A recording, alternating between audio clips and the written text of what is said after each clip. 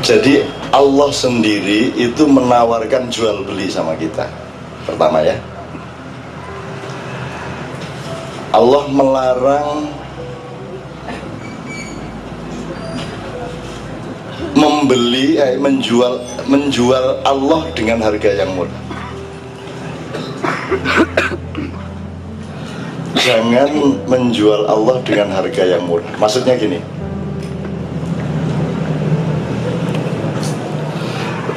Allah itu membeli sembayangmu, Allah membeli pelayananmu kepada Dia, Allah membeli cintamu kepada Dia.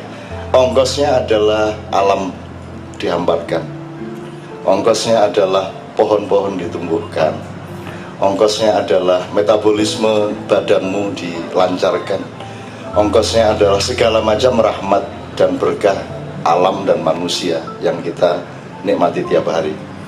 Jadi Allah sendiri menjual sangat murah rahmatnya itu hanya untuk supaya kita sholat 5 kali sehari, hanya setengah jam dari 24 jam, hanya berpuasa 1 bulan di dalam 1 tahun, itu pun ternyata selama Ramadan makan lebih banyak daripada bulan yang lain. Budget Ramadan itu bisa 3 kali lipat dari bulan-bulan yang lain. Jadi Allah mengajarkan jual beli. Semua nabi berjual beli. Nabi Muhammad dijuluki Al-Amin itu karena dia trusted, dia bisa dipercaya oleh siapapun saja, asal titip barang kepada Muhammad maka aman, kan gitu. Tetapi Allah tidak menjual harga dirinya kepada Anda. Allah tidak menjual hal-hal yang tidak boleh dijual. Jadi ilmu pertama yang harus dicari manusia adalah apa yang boleh dijual atau apa yang pantas dijual, apa yang tidak boleh atau tidak pantas dijual. Ini bisa cari dari yang gede-gede sampai yang kecil-kecil. Misalnya dia nyanyi, lagunya boleh dijual, tapi harga dirinya tidak boleh, kan begitu. Komposisinya, liriknya, materi dari lagu itu boleh dijual ke produser, tapi harga dari lirik dan nilai-nilai yang dikandung oleh liriknya itu tidak bisa dijual. Dalam arti tidak boleh dikompromikan kepada. Kalau mengkompromikan berarti kan jual murah. Nah, gitu. Jadi dokter boleh minta pasien ikut menghargai bahwa dia beli loh jarum suntik itu, beli loh. Tempat prakteknya itu juga nyewa loh ya. Jadi pasien juga tolong toleran bahwa dokter juga butuh duit. Tetapi peristiwa dia menolong pasien tidak boleh dijual. Peristiwa dia menyembuhkan orang itu bukan barang jualan. Bisa nggak dokter membedakan itu? Bisa nggak membedakan itu? Kemampuan kehancuran manusia sekarang karena di setiap bidang tidak diurai mana hal yang boleh dijual, mana yang tidak. Tanah masjid boleh dijual, tapi hakikat masjid tidak boleh dijual, kan begitu? Banyak sih contohnya. Guru mengajar itu bukan jualan ilmu. Dia menerima bayaran itu adalah beli waktunya dia yang dihabisin oleh sekolahan dan muridnya, beli energi dan keringatnya dia, tapi bukan ilmunya dan bukan martabatnya. Nah, martabatnya tidak boleh dijual. Saya kira Departemen Kesehatan, Departemen Pendidikan, Departemen Kebudayaan, dan Departemen Agama itu yang paling krusial, yang paling subhat, yang harus cari bidang apa, sisi mana dari departemen itu yang boleh dijual dan yang tidak boleh dijual.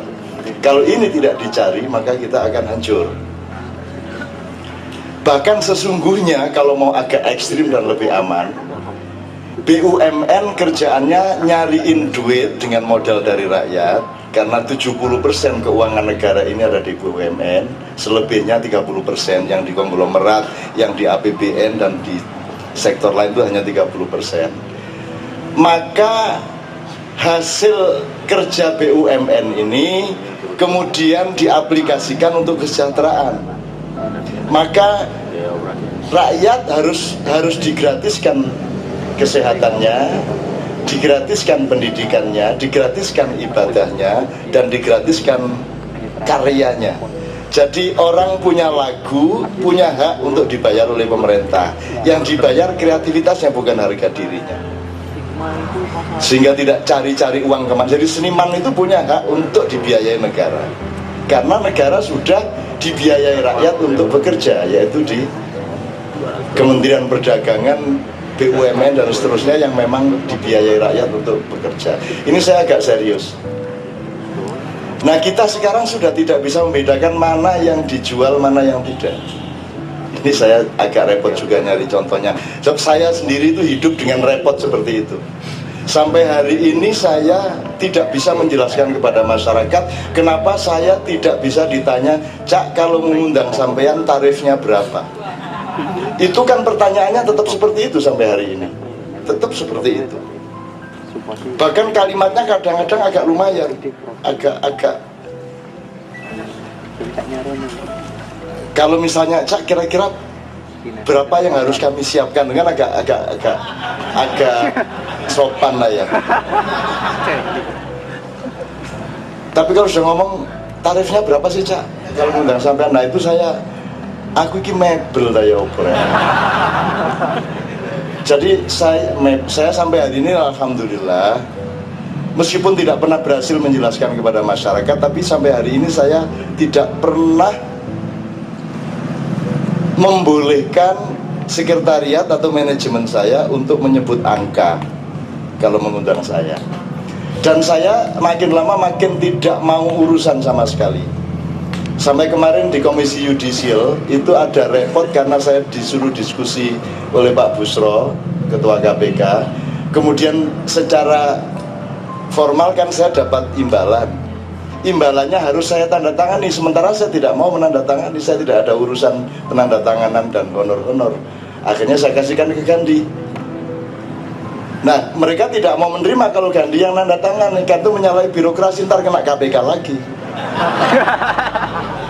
Nah, saya tidak tahu bagaimana mereka kejar, siang, sore, sampai malam mereka kejar supaya saya mau tanda tangan. Tapi saya bukan, ya saya tidak mau tanda tangan, saya tidak ada urusan honor ke sini. Saya ke sini karena saya cinta sama Busro, karena kasihan sama nasib dia sekarang, saya bilang gitu. Jadi saya tidak ada urusan. Kalau Pak Busro ngajak saya ke restoran, mentraktir saya, itu saya terima dengan senang karena makan saya adalah makannya yang berasal dari orang bersyukur atas kehadiran saya. Tapi kalau honor, saya monggo, itu pun kamu yang menentukan dan saya tidak akan pernah mau tahu jumlahnya. Dan sudah kira-kira 10 tahun ini saya tidak pernah berurusan dengan itu karena langsung urusannya sama manajemen dan saya tidak tahu. Tidak pernah tahu berapa, saya tidak pernah tahu. Kemana uangnya saya tidak pernah tahu, itu urusan mereka. Artinya teman-teman sekalian, saya cuma menghindari jangan sampai saya menjual sesuatu yang sebenarnya tidak boleh dijual. Jadi kalaupun nanti masih ada kesalahan manajemen, minimum niat saya sudah menghindar dari hubungan antara idealisme dengan uang gitu loh. Minimum gitu. Saya disuruh nulis skenario sama Mbak Westi sama Mbak Dewi. Saya minta honor berapa Mbak Westi? Kan begitu, nanti tolong diceritakan. Skenario film loh, Rek. Larang loh, Rek. Aslinya ya. Tapi pernahkah saya bicara tentang itu? Pernahkah saya nanya tentang itu? Gitu loh. Artinya, oke lah, saya tidak bisa menjelaskan kepada masyarakat apa yang boleh dijual, apa yang tidak. Tapi paling tidak saya sebisa mungkin tidak menjual apa-apa. Bahkan saya tidak menjual kebaikan saya kepada istri saya untuk dibalas dengan bayaran apapun. Artinya saya baik sama orang lain, saya tidak nagih orang lain baik sama saya. Itu sampai begitu saya. Sakarmu kan elek ya aku sakarep-karepmu. Itu nono aku yo ono aku ising aku sakarepmu, engko tak cuci silitmu mari ngono. Terus gak masalah. Artinya saking takutnya saya kepada kekeliruan itu, maka sampai saya benar-benar gak mau urusan. Saya nulis terakhir di Kompas itu, saya dimintai nomor rekening, saya kirim nomor rekening palsu. Terus 2 minggu kemudian ditelepon, ini Cak kok nggak bisa dimasukin ke rekening itu, nggak ada. Memang nggak ada, ngaku ngawur contoh gitu aja. BCA cabang iki nomor sekian atas nama Muhammad AN, ini ora ono. Lah terus bagaimana ya, sakarepmu kono kok apakno, saya bilang gitu. Bukan saya hebat, saya takut menyinggung perasaan Tuhan.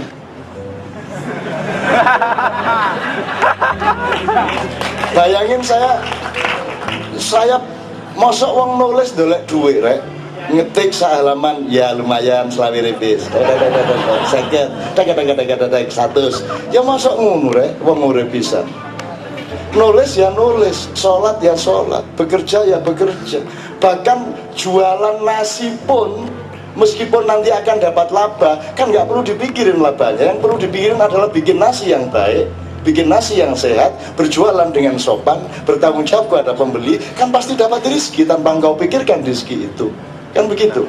Allah melihat kamu, hiduplah seakan-akan engkau melihat Allah. Kalau engkau tidak bisa melihat Allah, seakan-akan engkau dilihat oleh Allah, kan begitu. Jadi aku gak enak terus pekewo. Mau jadi kiai yang beneran, aku ya pekewo karo Kanjeng Nabi. Pakaian nih rek gitu. Boten pun.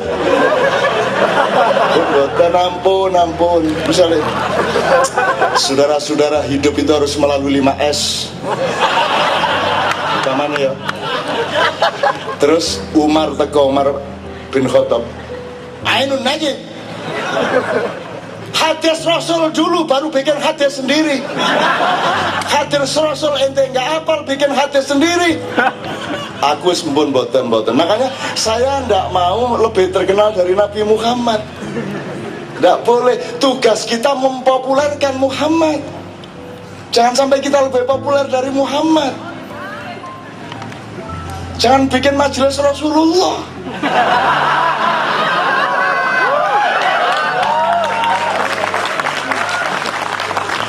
Majelis Allah Subhanahu wa Ta'ala, mesisan. Bikin klub sepak bola Ar-Rahman Ar-Rahim.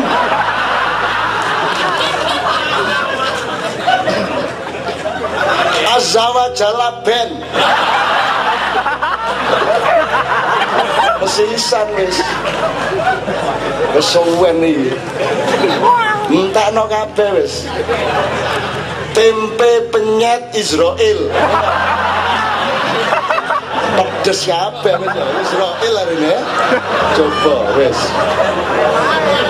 Dintekno kabeh pokoke. Biro perjalanan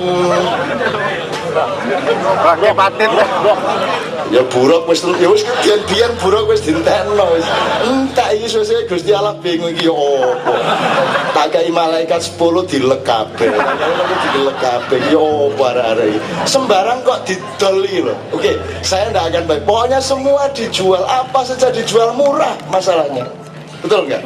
Dijual murah.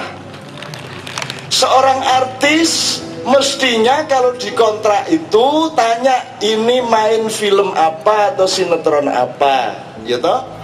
Saya tak lihat skenarionya dulu, kalau saya cocok kita ketemu lagi runding, ya toh? Kalau saya boleh saya akan menawar karena saya tidak sependapat sama skenario ini, kan begitu? Nanti kalau sudah sepakat inti dan idealisme skenarionya, baru kita runding syutingnya kapan, berapa lama, saya punya anak, saya punya kesibukan lain, cocok enggak waktunya. Kalau sudah cocok waktunya, dirunding lagi ini pakai kostum apa, pakai copot celana apa tidak. Nah itu dirunding juga. Tolong diceritakan sekarang bagaimana menjadi artis di Indonesia. Itu semua kan nggak boleh dijual, mas. Itu namanya martabat. Dalam hidup kan kita tahu ada 3, nyawa, martabat, harta. Dan ini yang dilindungi oleh setiap muslim. Di mana ada engkau, aman nyawanya orang, aman martabatnya orang, dan aman hartanya orang. Selesai kalau 3 itu aman. Setahu saya dari beliau-beliau ini artis sekarang, misalnya di salah satu yang terbesar itu, nggak pakai gitu-gitu, pokoknya disuruh datang, ditelepon untuk coba kostum. tidak ngerti akan main apa, dan datang ke syuting pun tidak jelas skenario-nya apa, pokoknya disuruh apa aja mau. Itu namanya bukan jual keaktoran, jual martabat. Seniman punya martabat, puisi ada martabatnya, pelawak aja ada martabat. Pelawak kok sing dieksploitir merongose, budake, kan gitu. PSE, jadi sing didol ku fisik, saking gak melakukan UTE kan gitu. Oke, ini contoh-contoh manusia. Jadi kita dan nanti di dalam satuan yang besar kita mengenal yang namanya kapitalisme. Nanti saya mohon Mas Yan untuk bercerita sedikit mengenai apa yang sedang kita hadapi bersama sekarang ini sehubungan dengan mentoknya kapitalisme dan bumerang kapitalisme internasional. Kita akan mengalami kolaps yang sangat serius, kecuali rakyat Indonesia. Nah, Anda kan tidak ada kolaps. Wis biasa. Kolaps opo? Opo gak mangan wis biasa. Akeh tonggo, ya akeh konco, akeh warung, gitu. Ngutang. Mangan kerupuk 8 ngaku 3. Alah, gampang di Indonesia punya nafas sendiri rakyat Indonesia, dan yang diuntungkan adalah SBY, kelihatan di dunia seolah dia presiden yang sukses, padahal itu karena rakyatnya hidup dengan nafasnya sendiri, dengan ubet swastanya sendiri, tanpa tergantung negara, kan begitu. Jadi rakyat Indonesia sangat menolong pemerintahnya, bahkan sangat menolong dunia. Kalau yang kecil-kecil di Jalan Sudirman sangat menolong perusahaan-perusahaan besar. Akan makan apa itu karyawan-karyawan kalau nggak ada warteg-warteg di bawah? Jadi kan tidak rasional sebenarnya cash flow antara input dan outputnya di dalam perusahaan. Kalau nggak ada warung-warung kecil itu terus ya opo, kan begitu. Nah, jadi teman-teman sekalian, kita kembali kepada pertanyaan apa sih yang boleh dijual, apa yang tidak. Menurut saya, departemen yang paling harus hati-hati itu kesehatan, pendidikan, kebudayaan, dan agama. Ini harus sesedikit mungkin berjualan. Bahkan mereka memang harus dibiayai. Jadi kalau Pak Jero Wajik pernah mengeluh, teman-teman saya menteri mengatakan bahwa departemen saya itu departemen konsumtif, tidak produktif. Loh ya memang harus konsumtif. Loh mosok seniman suruh jualan diri, mosok Rendra suruh. Dulu Rendra kan setengah mati dia keuangannya. Terus Rendra disuruh jualan puisinya. Suruh bagaimana? Kita hormati dong kreativitasnya, kita hidupi dia. Kan begitu. Mulanya makanya ngerti dong kalau rohani itu harus dibiayai. Cintamu itu harus kamu biayai. Dan jangan dibilang itu konsumtif. Memang cinta, masuk cinta suruh biayai berarti jenenge melacur. Nah cinta itu membiayai, cinta harus dibiayai dong. Kan begitu. Ya cinta memang harus dibiayai.